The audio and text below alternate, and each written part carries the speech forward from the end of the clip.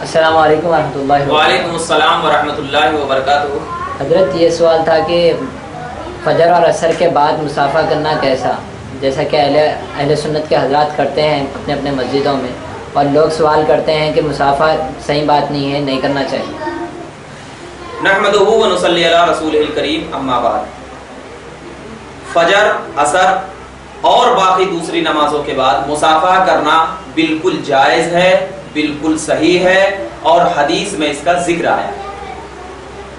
جیسا کہ حضرت امام بخاری نے اپنی کتاب الادب المفرد میں صفحہ نمبر 444 میں ارشاد فرمایا کہ حضرت انس بن مالک رضی اللہ تعالیٰ عنہ بتاتے ہیں کہ جب اہل یمن حاضر خدمت ہوئے تو نبی کریم صلی اللہ علیہ وسلم نے فرمایا اہل یمن آئے ہیں۔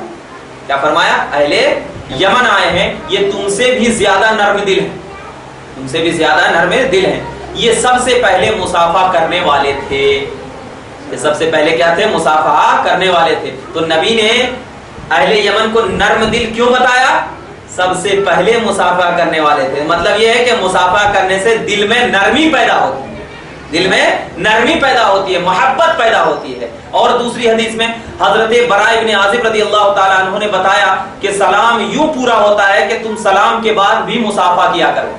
سلام یوں پورا ہوتا ہے کہ سلام کے بعد بھی کیا کرو؟ مصافحہ کیا کرو۔ تو اب چاہے فجر کے بعد ہو، چاہے عصر کے بعد ہو، جب مصافحہ کا ثبوت حدیث پاک میں مل رہا ہے تو ہم چاہے فجر کے بعد کریں یا عصر کے بعد کریں یا مغرب کے بعد کریں یا کسی اور نماز کے بعد کریں، یہ تو بالکل درست ہے، کیونکہ جب حدیث میں یہ قید نہیں لگایا گیا کہ مصافحہ کب کب کیا جائے، کب کب کیا جائے، تو اب اگر کوئی شخص جس وقت چاہے مصافحہ کر سکتا ہے۔ کیوں؟ اس لیے کہ مصافحہ کی اصل وجہ کیا ہے؟ دل کی نرمی، دل کی نرمی، محبت۔ اور اللہ کے رسول نے فرمایا کہ محبت آپس میں بات چیت، ملاقات، آپس میں گلے ملنے سے بھی محبت بڑھتی ہے۔ مصافحہ تو دور کی بات ہے، مصافحہ گلے ملنا بھی حدیث سے ثابت ہے۔ بعض لوگ یہ کہتے ہیں کہ نہیں، گلے جو ملتے ہیں عید میں تو یہ کہاں سے ثبوت ہے؟ تو مصافحہ تو اس کا ثبوت حدیث میں ہے، اور حدیث میں معانقہ یعنی گلے ملنے کا بھی ثبوت ہے، کہ جیسے کہ وہی کتاب الادب المفرد میں صفحہ نمبر 445 میں ارشاد فرمایا گیا کہ حضرت ابن عقیل رضی اللہ تعالیٰ عنہ کہتے ہیں کہ حضرت جابر بن عبداللہ رضی اللہ تعالیٰ عنہ نے بتایا کہ ایک آدمی سے مجھے نبی کریم صلی اللہ علیہ وسلم کی ایک حدیث ملی، میں نے ایک اونٹ خریدا اور اس پر کجاوا ڈالا۔ کجاوا سمجھتے ہیں؟ کجاوا کا مطلب یعنی جو ساز و سامان رکھے جاتے ہیں کھانے پینے کے لے جانے کے لیے، اور چل پڑا۔ ایک مہینے میں شام پہنچا، دیکھا تو وہ عبداللہ ابن انیس رضی اللہ تعالیٰ عنہ تھے، ٹھیک ہے۔ چنانچہ انہیں پیغام بھیجا کہ دروازے پر جابر کھڑا ہے،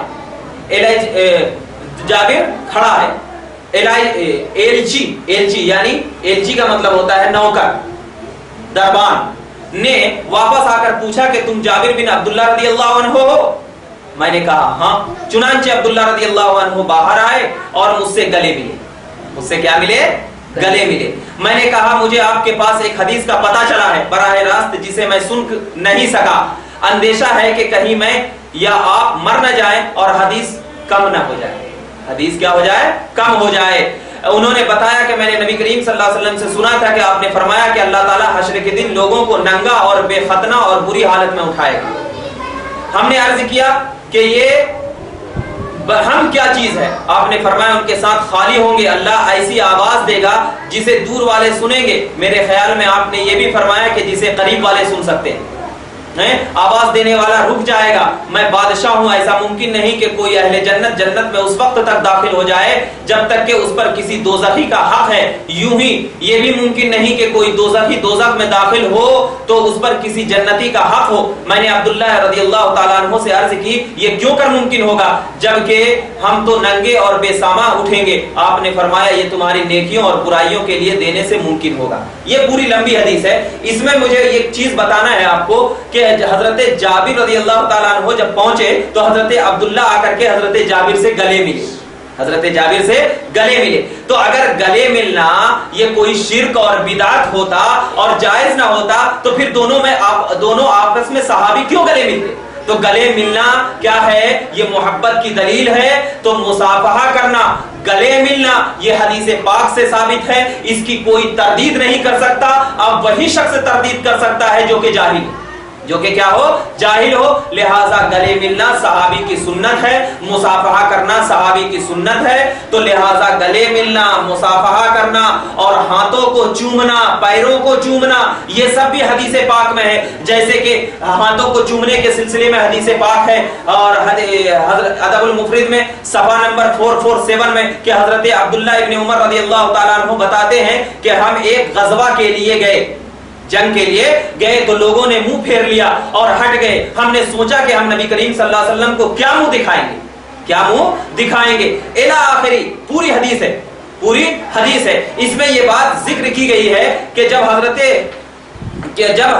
ہم مدینہ طیبہ واپس نہیں جائیں گے تاکہ کوئی ہمیں دیکھ لے. ہم نے کہا ہم ضرور جائیں گے. اتنے میں نبی کریم صلی اللہ علیہ وسلم نماز فجر پڑھا کر باہر نکلے تو ہم نے عرض کیا، ہم تو بھاگ گئے تھے. یہ سن کر آپ نے فرمایا کہ تم تو واپس آ کر دوبارہ حملہ کرنے والے ہو، بھاگنے والے نہیں. آپ کے اس فرمان پر خوش ہو کر، آپ کے اس فرمان پر حضرت عبداللہ ابن عمر کیا کہتے ہیں کہ آپ کے اس فرمان پر خوش ہو کر ہم نے آپ کے ہاتھ چوم لیے. ہم نے آپ کے کیا کر لیے؟ ہاتھ چوم لیے. اور ہاتھ چوم لیے. آپ نے فرمایا میں تمہارا ساتھی ہوں. تو اگر ہاتھ چومنا جائز نہ ہوتا، اسی حدیث کی بنیاد پر ہم کہتے ہیں کہ بزرگوں کے ہاتھ کو چومنا حدیث سے ثابت ہے، کیونکہ حضرت عبداللہ ابن عمر سے زیادہ بزرگ نبی کی ذات تھی. اسی لیے حضرت عبداللہ ابن عمر نے نبی کی ہاتھ کو چوم لیا تاکہ برکت حاصل ہو جائے. تو برکت حاصل کرنے کے لیے اگر کسی بزرگ کے ہاتھ کو چوم رہے ہیں تو یہ حدیث پاک سے اس کا ثبوت ملتا ہے. اور دوسری حدیث جو میں نے کہا کہ پاؤں چومنا بھی حدیث سے ثابت ہے، اور اسی حدیث میں صفحہ نمبر الادب المفرد صفحہ نمبر 448 میں ہے کہ حضرت واضح بن عامر رضی اللہ تعالیٰ عنہ کہتے ہیں کہ ہم مدینہ منورہ آئے تو ہمیں بتایا گیا کہ نبی کریم صلی اللہ علیہ وسلم یہاں تشریف رکھتے ہیں.